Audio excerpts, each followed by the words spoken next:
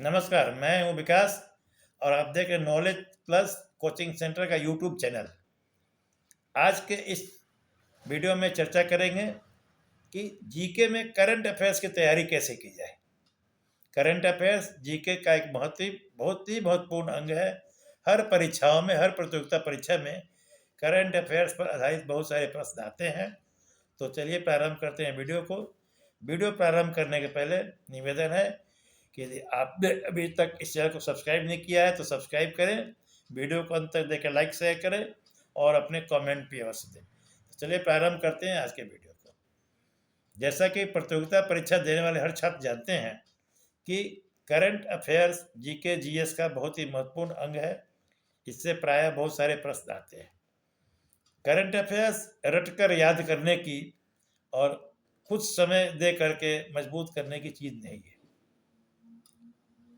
Student जो प्रतियोगिता परीक्षा देकर सरकारी नौकरी पाना चाहते हैं या किसी प्रतियोगिता परीक्षा की तैयारी कर रहे हो तो उनको अपने स्टूडेंट लाइफ से ही करंट अफेयर्स के मुद्दे पर ध्यान देना चाहिए।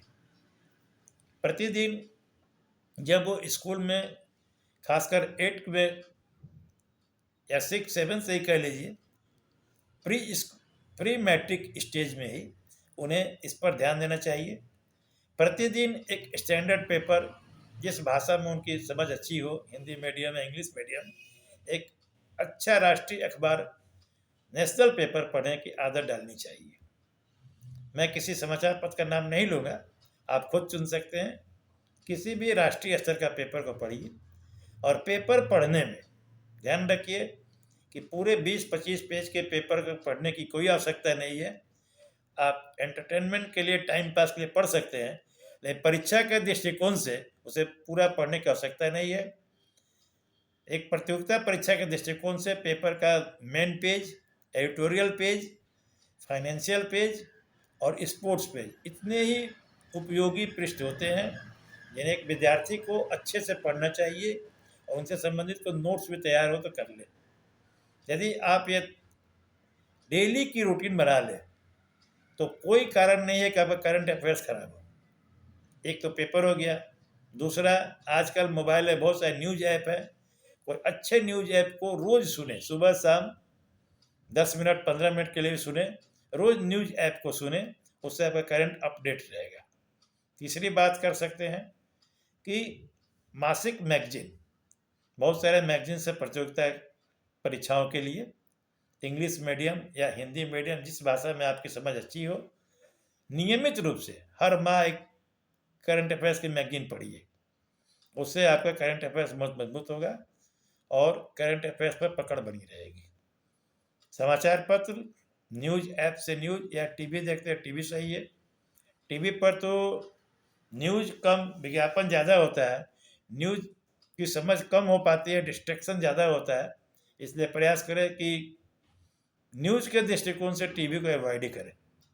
हाँ, यदि न्यूज़ देखना है टीवी पर तो डीडी का न्यूज़ देखिए, डीडी का न्यूज़ चैनल सरकारी परीक्षाओं के दृष्टिकोण से, सरकार के आंकड़े, सरकार के दृष्टिकोण से परीक्षा के लिए वो ज़्यादा उपयोगी होता है, डीडी न्यूज़ चैनल।